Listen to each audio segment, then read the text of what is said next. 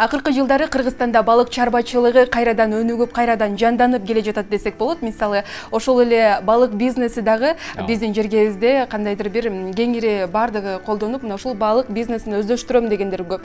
Сыртынан караганда сууга эле балыкты багып, же болбосо тор болсо эле болду деп ойлогонубуз менен, бунун дагы кандайдыр бир түйшүктөрү чоң, мына кандай түйшүктөрү бар, балыкты кантип өстүрүш керек, булардын бардыгына тең жоопту алдыда алабыз дегенибиз бизде конокторубуз бар. Ал эми бул коноктор менен тааныштыра турган болсом, Тянь-Шань Форель балык компаниясынын башкы директору Илгиз Сарылдык уулу. Ассаламу алейкум. Жана ошондой эле ушул эле компаниянын пресс катчысы Бакыт Кулчуманов. Жакшы келип алдыңыздарбы? Кутмандаңыздар менен. Саламатсызбы. Өзүңүздөр балык өстүргөндөн кийин таңертең менен күнүңүздөрдү дагы балык жеп, балык менен баштабайсыздарбы? Жок. Күн жакшы башталды. Мына ушул балык бизнеси, балык чарбачылыгы менен алектенип келе жатканыңыздарга канча болду? Мына ушул биз жогоруда айтып өткөн компанияны негиздегениңиздерге канча болду? Биз ал компанияны негиздегенибизге где-то 1 жыл болуп калды. Биз аябай чоң масштабта Европадан тажрыйба алып, азыр Кыргызстанга мындай жаңы методдор менен балык өстүрүүнү үйрөтүп атабыз. Бизде жаңы технологиялар менен балыкты кандай өстүрүш керек, кантип. Бул эми балык дегенибиз бул радужный форель, бул аябай чоң бизнес десек болот, чоң производство. Көп акча талап кылат бул балык. Кайра отдачасы дагы, прибыль да ошончолук көп болот да. Биз баштаганыбызга где-то 1 жыл болуп калды, 1 жылдын тегереги болуп калды. Ошо 1 жылдын ичинде көп нерсеге жетиштик. Чоң цехтерди, инкубацион цехтер салдык, садокторду койдук. Чоң европейский завод менен контракт түздүк, корм боюнча. Чоң маселелерди бүтүрдүк. Кайсы балыктын түрлөрү бар? Форельден сырткары. Эми бизде форельден сырткары өзүбүздө чоң водоемубуз бар. Панфиловский район Вознесеновкада. Ал водоемдо бизде балыктын көп түрү бар. Шука, сазан, толстолоб, карп, амур, көп эле түрү бар. Алар чисто рыбактарга, балык кармоону сүйүүчүлөргө удочкалар менен келип, кармашып, эс алышып кетишет. Андан сырткары бул производство. Биздики самый биринчи очередте это производство радужной форели. Биз форель только өстүрөбүз садоктордо. Где-то азыр данный момент 150 тонна, 200 тоннага чейин, в планах где-то 500 тонна алып барабыз буюрса жакын аранын ичиндечи. Быйыл уже салдык садоктордо, ошону өстүрсөк уже 500 тонна болуп берет да буюрса. Мисалы ошол эле Кытай, ошол эле Жапонияда балыкка болгон суроо талап мындай кеңиреди, суроо талап жогору.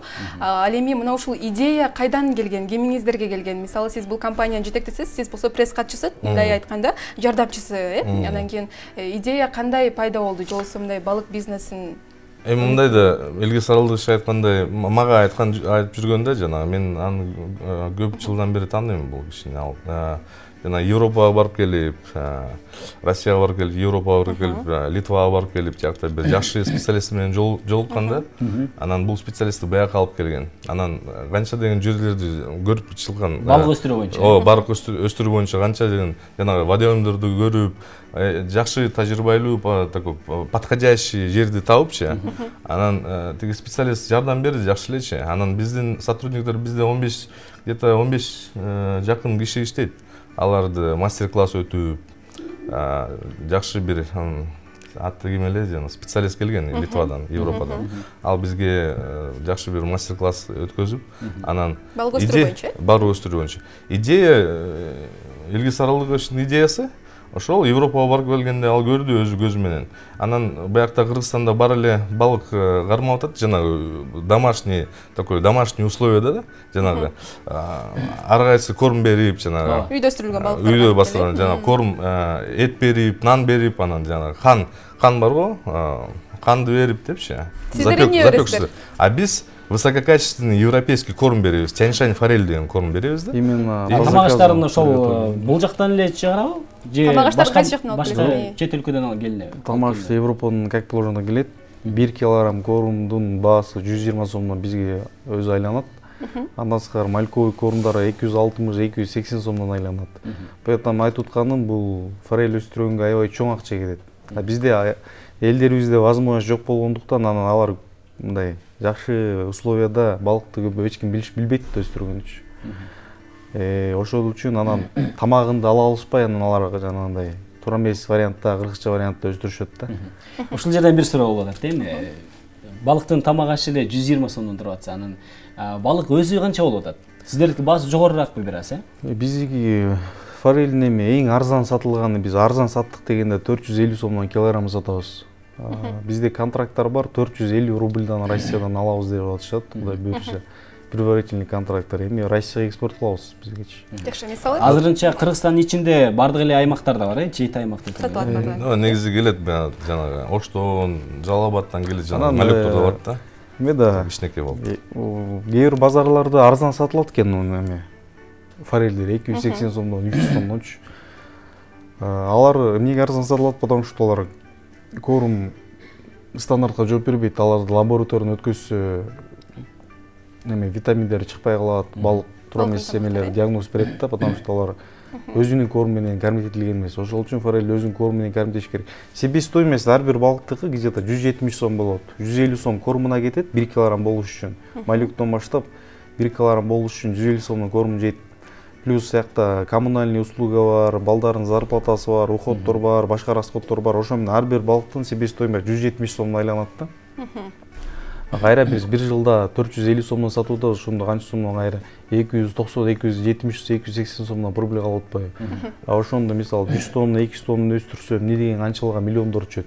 Таким образом мы можем поднять экономику Кыргызстана да. Биз өзүбүздү эмес, мен өзүмдү деп ойлогон жигиттерди эмес, мен весь Кыргызстанды ойлоп, биз ушундай жол менен биз весь Кыргызстанга, Жети областка тең ар бир айылда суулар бар. Жумуш ордулары менен ар бир адамды камсыз кылып, аларга үйрөтүп, мындай жол менен жакшы пайда. Бүгүнкү күндө канча сиздердин чарбаңыздарда канча адам иштейт? Компанияда канча адам иштейт? Общий где-то 20 иштейт азыр данный моментте. Жакшы.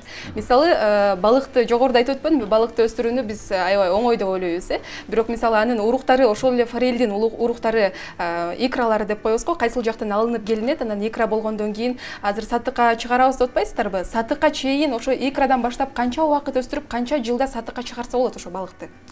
Икраны биз Европадан алып келебиз негизи. Европадан алып келип, аны атайын мындай жатканда инкубационный цех деп коебуз. Как роддом катары да. Ол жерге кирет, аппараттарга баарына чөт. Аппараттардан 2 жуманын ичинде уже печенька болуп чыгат да.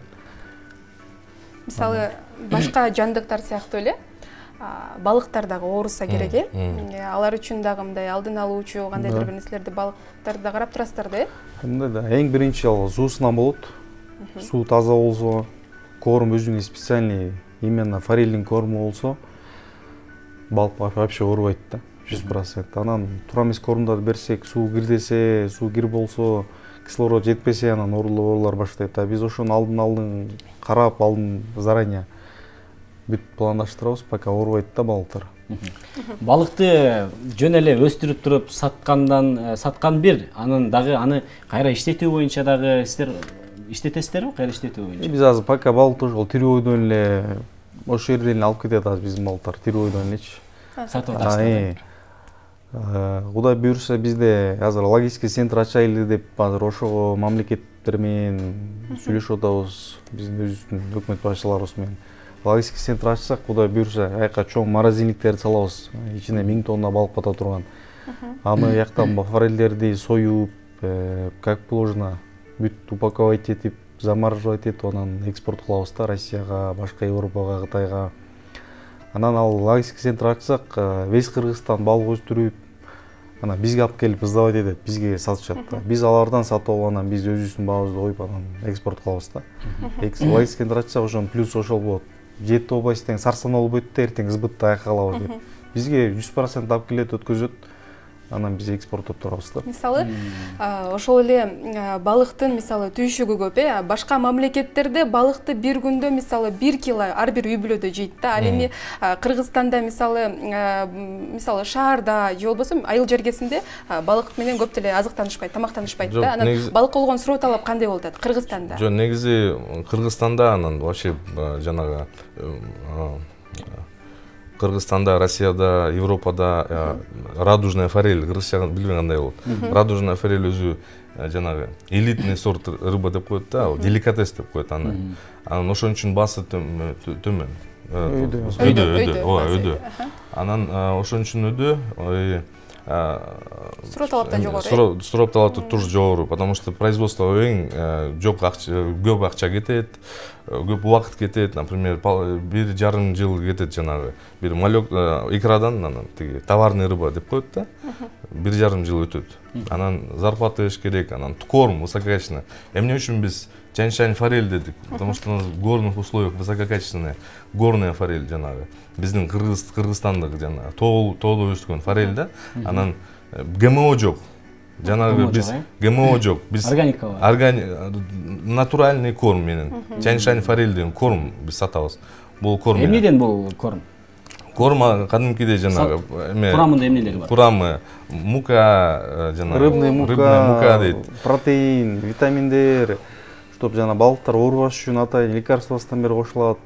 Эми бүт болгон нерсебиз баары кошулат да бул кормдочу. Мисалы, чет жактан азыр болсо бизде балык чарбачылыгы өнүгүп келе жатат, бирок анчейин эмес. Мисалы, ошол эле консервалоо же болбосо биз жанагы килька деп коебузбу, баардык нерселерди биз башка жактан келет да бизгечи. Анан алар деген эми жол азабы, көр азабы ал жакта кармалып калат, көп убакыт туруп калат, мисалы айлап, жылдап туруп калышы мүмкүн. Анан бизге келгенден кийин өзүнүн сапатын жоготушу мүмкүнбү? Ошол эле мисалы курамындагы нерселер өзгөрүп, сиздер балыктарды баккандан кийин бул жөнүндө түшүнүп. Ошон үчүн Илис Алыш айткандай жанагы логистик центр курабыз деп атабыз да.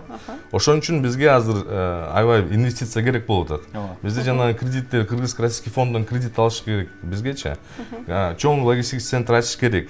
Ошон тиякта морозильный камера болот, как положено анан чоң фуралар менен тияка ташыйбыз. Ошондо биз эме башка мамлекеттен албайбыз да. Ошондо бүт килканы дагы, шпротторду баарын тең. Пока жок андай, вообще жок. Балык боюнча эле эмес, негизи эле жок, вообще эле логистик центр жок. Эч ким мисалы азыр эттерди деле өткөзө албай атпайбы биздин элдерибизче, каяка сбыт никуда деп. Эги логистик центр болгон болсо, любой жака экспорт кылмакпыз да. Азыр вообще эле салына эле логистик центр Кыргызстанда. Сиздердин компанияңыздарды биз эми азыр эле көргөн эмеспиз да, бизге кызык болуп жатат да. Мисалы, азыр балыктардын эң негизги жырткычтары бул ошол эле браконьерлер, адамдар, ошол эле адамдар. Анан алардын баардыгы тең, аянттардын баары тең тосулганда сиздерде адамдар кол салууга мүмкүн эмес. Аянты, ошол эле туурасы, аянты, суунун көлөмү, ичинде канча балык багылып жатат учурда, ошол тууралуу. Келгиле көргүлө. Бизде жана Тянь-Шань форель деген зона отдыха, жана кыргызча зона отдыха бар. Тиякта бир татынака жана уникальный, Кыргызстанда уникальный тапчан на воде деген бир нерсе бар да. Жака келип, суунун үстүнө отуруп, чай ичип, тамак жеп, балыкты кармайсың. Тиги тапчанын үстүндө толстолобик, форель менен кармайсың. Алтын балык бар, койсузбу? Каждый посетитель өзүнүн алтын балыгын кармайт да. Биздин жана Тянь-Шань форель деген зона отдыха келсе, тиякта бир чоң татынака, боз үй бар, разные виды шашлыки. Келгиле, көргүле, анан форельди дагы, форельдин этинин дамын ошол эле Азирет Осмоновдун менин кесиптешимдин өзүнүн автордук программасы бар да, Жашыл чарба депчи. Буюрса сен жакында тартсаң, биз болсо сиздердин ишмердүүлүгүңүздөр тууралуу жакында таанышат. Можно я на официальном языке скажу тоже для наших зрителей? Вот у нас предприятие Тянь-Шань форель, на базе этого предприятия, то есть мы открыли, скажем так, зону отдыха, называется Тянь-Шань форель. В Вознесеновке, это 60 километров от Бишкека, за Карабалтой.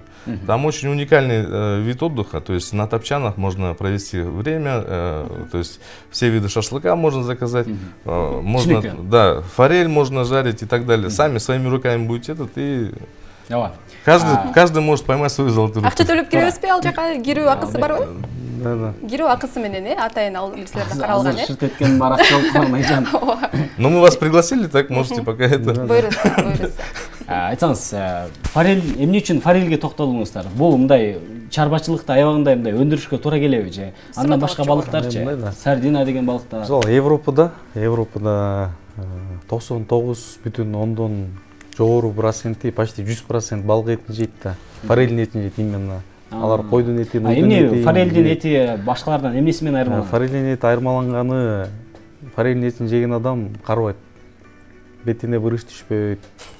мындайча айтканда башка карыбайт да. мамлекеттеги айымдардын жаштыгынын сыры да ошондо болсо керек. Европада ошондой, действительно эле ошондой. Мисалы уйдун эти, койдун эти адамды картыбайт да. Европада ошон үчүн балыкты көп жешет. Кореяда, Кытайда основной бүт балык менен питайся жешет аларчы. Ден соолукка да пайдалуу, кулак көзгө болгон жака пайдалуу. Азыр жанагы бизде чоң маселе болуп атпайбы Кыргызстандагы жана йода дефицит деген, зоб, разные болезни болуп атат да жанагы, особенно жаш кичинекей балдар. Балыкта фосфор бар, железо бар, жанагы эң жакшы витаминдер. Если биз балыкка көбүрөөк рацион кылып койсок, баары жакшы эле болот да биздин ден соолуктарыбыз. Бул ушул балык өстүрүү менен биз айтып атпайбы, биз бүт Кыргызстан жумуш орду менен камсыз болуп атабыз. Биз өкмөт башчылары жумуш ордун кантип түзөбүз деп алар билбей атпайбы, кантип эмне кылабыз депчи. Мага жардам берсе, биз аларга жардам берсек, жумуш ордун бүт Кыргызстанга түзүп кое алабыз да, Кудай буйрсачы. Биздин проектте 3000 адамга чейин 30.000ден 30.000ге чейин жумуш орду менен камсыз болчу проект да биздики. Балык өстүрүүдө ушул Бишкекте эле барбы азыр же башка дагы филиалдарыңыздар барбы, башка аймактарда да? Пока бизде Чүскө областта биз эми Нарынга өстүрөлүп атабыз. 1000 тонна балыкты Нарын шаарынын өзүнө, Нарын дарыясына.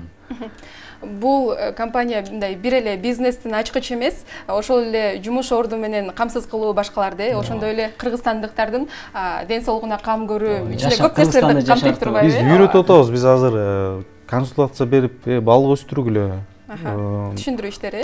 Балык өстүрсөңөр силер пайдасын балык өстүрөм деген ушул балык чарбачылыгына кызыккан биздин телегөрүүчүлөр болсо, аларга дагы үйрөткөнгө даярсыздарбы? Үйрөтүп, консультация берип, бүт баарын тең биз эми бизге келсе бизден полный ала алат. Инкубацион аппараттан баштап, бикирадан баштап корумуна чейинчи.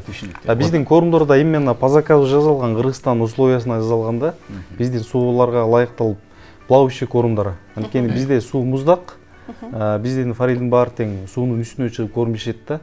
Ошон үчүн плавающий корумдар керек. Бизге Европадан алып келип корумдар сатышат посредниктерчи. Алар европейский корумдар, Алирак, Россия, скрейтинг деген корумдар, алар эме тонущий корумдар. Анткени Европада күн ысыктагы балыктар түбүнөн жейт корум. Ошон үчүн тонущий корумдар. Алар болсо баасы да аябай кымбат. Биз 120дан сатып атсак, высококачественный корум. Алар европейский корумду алып келет, сатат 135тен сатат. Килограммдан 15 сомдон биз алдычы. Ошондой да. Биз жана Илис Аралдыч айткандай Нарында деп деген пландар бар да, Нарын дарыясында. Анан эң негизги как раз 2018-жылкы жанагы биздин президентибиз Сооронбай Шарипович Жээнбекович жарыялады эме год развития аймактарды өнүктүрүү, год развития регионов деп 2000. Ошон үчүн биз жанагы быйыл болсо жакшы болуп эле жана Нарында ачабыз, жанагы азыр Вознесеновкада ачтык. Регионду өнүктүрүп атабыз да. Кичине жана рабочий места создали, налог төлөп атабыз. Чоң рахмат. Мына ушундай жакшы изги тилектериңиз бар экен, жакшы пландарыңыздар бар экен, Кыргызстандын бардык аймактарын өнүктүрүү, деги эле Кыргызстан экономикасын көтөрүү, элди жумуш менен камсыздоо деген бир топ жакшы пландарыңыздар бар экен. Ишке ашсын дейли. Балык бизнесин көзүн таппай жүргөндөр үчүн дагы сон маек болду окшойт. Жакшы жаңылык болду. Негизи эле кыргызстандыктар үчүн, бардыгыбыз үчүн. Сиздерге болсо ыраазычылык, ишиңиздер илгери болсун. Конокторду дагы бир сыйра тааныштырып кетсем, Тянь-Шань Форель балык компаниясынын башкы директору Элгиз Сарылдык уулу жана ошондой эле ушул эле компаниянын пресс катчысы Бакыт Кулчуманов. Агаларыбыз сиздерге чоң рахмат. Сиздерге рахмат. Ал эми мына ушундай жакшы маанайда тааманай берүүсү өз ишин улантат.